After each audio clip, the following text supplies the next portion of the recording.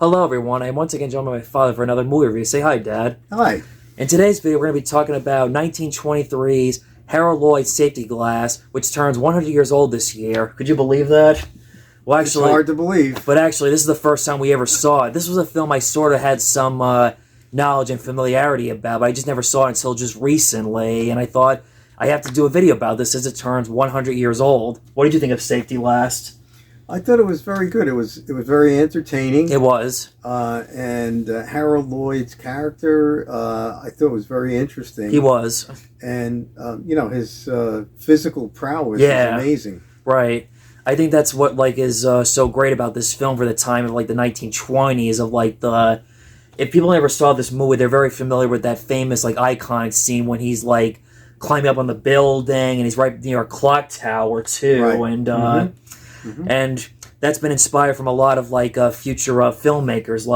You've seen Back to the Future, right? Absolutely. Do you remember when Doc Brown is on the clock tower when he's trying to connect the time machine, but there was some kind of accident or something where the storm hit the tree and the whatchamacallit, the plug fell out and he had to go up and get it. Yeah. Yep. And what's funny, when I watch that scene now, I'm thinking, oh, now I know where Robert Zemeckis was inspired from. And also, recently, Tom Cruise's Mission Impossible films, I was watching an interview with one of the, producers or whoever it was.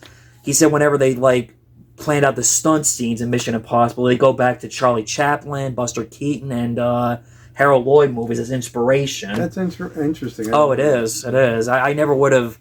I mean, I've only seen, I think 4 or 5 of the Mission Impossible. I haven't seen, the recent ones that came out after that. It was just, so... Again, there's too many. It's I can't keep up, but that's a different topic. Anyway, those guys, the old guys, all did their own stunts. Yeah, too. And like you said too, he had a farming accident where he lost his thumb, right? And he lost the thumb of his right hand. Right.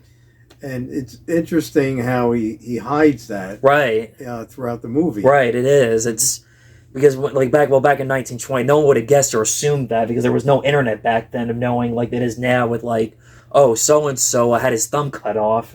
Yeah, I think that and I'm sure they use a body double whenever they show close up of his hands, because the person, whoever they're using, obviously does not have an artificial thumb, right. And well, I wonder if that was used more often, just to kind of take people's thoughts away from him having lost his thumb. Right. Well, then not only that, unlike in today's modern day world, Harold Lloyd did not have an artificial robot thumb to replace. Right.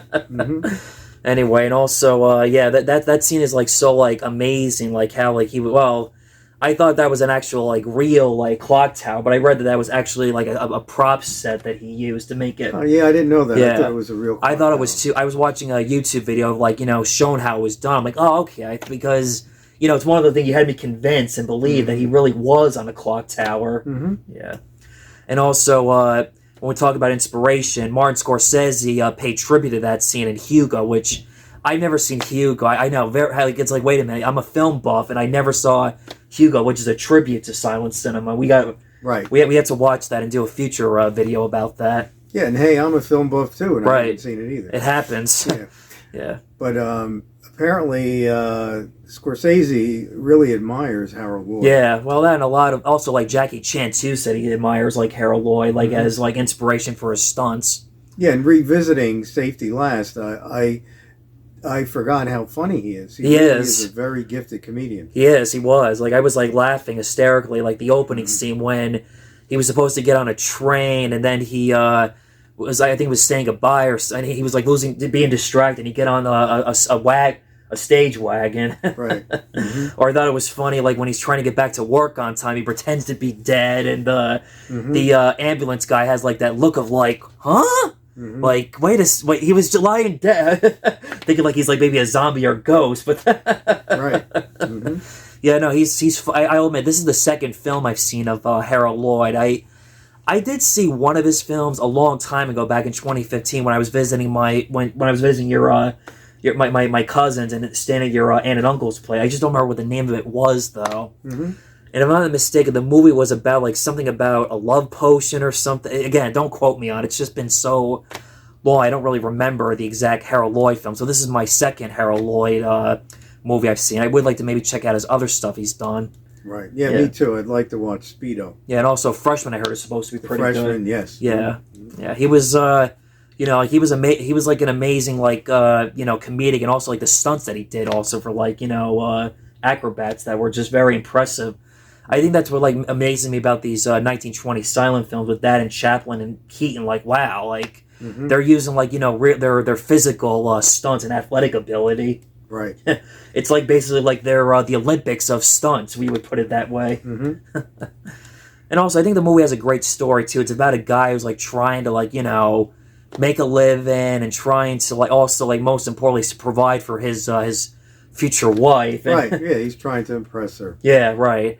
And I was reading an article about, like, the themes of this film is, like, how, like, time is, like, when he's on the clock, that's a symbol for, like, time is running out for him. Because when his girlfriend thinks that he has, like, this promotion and he's trying to keep it on the down low until eventually, or even, like, when the bosses were talking, like, how can we, like, try to boost the sales, and how can we try to, you know, make more money? How can we, like, try to make our business better? And then he's thinking, like, in his head, this is an opportunity for me to jump in and also really earn that promotion with that, where my girlfriend will, and also, like, the part when he, like, has, like, the $15 check, like, that check is worth more than $15. Yeah.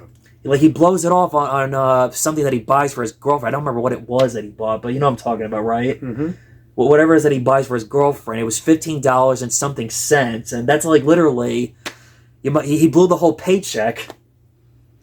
It's interesting, too, to see, it gives us a window into the way things were back many, many years ago, in the 1920s. Right. Where he works in a fabric store. Right. And his job is to try to sell fabric. Right. And at that time, you know, a lot of women used to make their own clothes and dresses. Right. And they would buy large pieces of fabric to do that. You know, they had a choice of different types of patterns, and his job was to try to sell them whatever pattern they wanted. Right. But that's something that's not very common these days. No. Well, nowadays it's all like online shopping or... Right. I don't know much. I think very few people probably make their own clothes. Right. I don't know, like, if that's even common these days because of online shopping, or I don't know. People just don't have the interest to like sew things or make their own stuff sometimes. Yeah, it's a lost art. Right. Because I remember grandfather's recently, his lady friend that passed away was very big on, like, making knitting and sewing. Right. Yeah. She used to make quilts. Right. I remember that. No, because I remember she made me, like, a pillowcase of, like, a little baseball on it when I was a senior in high school, and and also, you know what else this movie kind of, I wouldn't be surprised, could it be possible Jerry Lewis took inspiration of this for Who's Minding the Store a little bit? Could be. It had a little similarities, like when he's on the building, the roof, or the flagpole, and remember when all the women are, like, trying to get the half price? Right, I'm thinking about Jerry Lewis. Yes, he probably. I wouldn't doubt it. Yeah, but I wouldn't say that's a remake, but that's the same idea as Safety Last, but just he probably got an inspiration from it. Yeah, but in the movie, he's trying to, like, you know, save as much as he can, that way he can marry the woman of his dreams, but her mother's, like, this rich, high-class person that doesn't approve of the man, because he's not, like, a high-class guy, but she doesn't, but she's not that, like, kind of sentimental woman. She doesn't care about it. She just loves him no matter, even if he was a janitor, she would still love the guy. Right. Yeah. But I don't know, would you say his girlfriend was kind of, I wouldn't say on the shallow side, but expected more? No, yeah. Okay, so it's not just me thinking that. No. Yeah, I don't know if she wasn't a bad character. It's like, I think he's kind of getting to himself a little bit of a shallow woman who expects more. And I guess maybe she was influenced by her mother, too. I guess so. Again, that's Who's Minding the Store. Again, another inspiration right there. Oh, no, this was actually a really funny movie. I'm very glad I invested my time, and I was really, like, drawn to the story, the effects, and Harold Lloyd's character. And like I said, I definitely would not mind. We should definitely get this on Criterion on Blu-ray in the future to add to the collection. And we should also invest in other Harold Lloyd movies that we got to check out. Yeah, and I would encourage you to see it, even though even people who don't like silent movies, it's not very long. No, it's not. It's about 60 minutes or so, and it moves quickly, and the story's engaging. It is. It is. He's an interesting personality, and it's funny. Right. The one part that also made me laugh too was when he's in the office because the girlfriend thought that was his office, and she's like pressing one of the secretary button or this button to. So then he sits on his behind, and all the buttons go off, and he's like, "Uh-oh, how do I?" But then he pretends to blend in, like, "Wait, you rang?" like Lurch in the Addams Family, "You rang." Yeah, this was definitely an excellent film, definitely worth my time, and everyone should at least see this once in their life and be amazed with the stunts and the acrobats that Harold Lloyd did, and be impressed how he was doing this without a thumb. Think about that. Yeah, I guess that sums up everything we've. I think so. All right, that wraps up today's video. First off, Happy New Year. We'll see you in the new year. Say Happy New Year, Dad. Happy New Year. See y'all next time.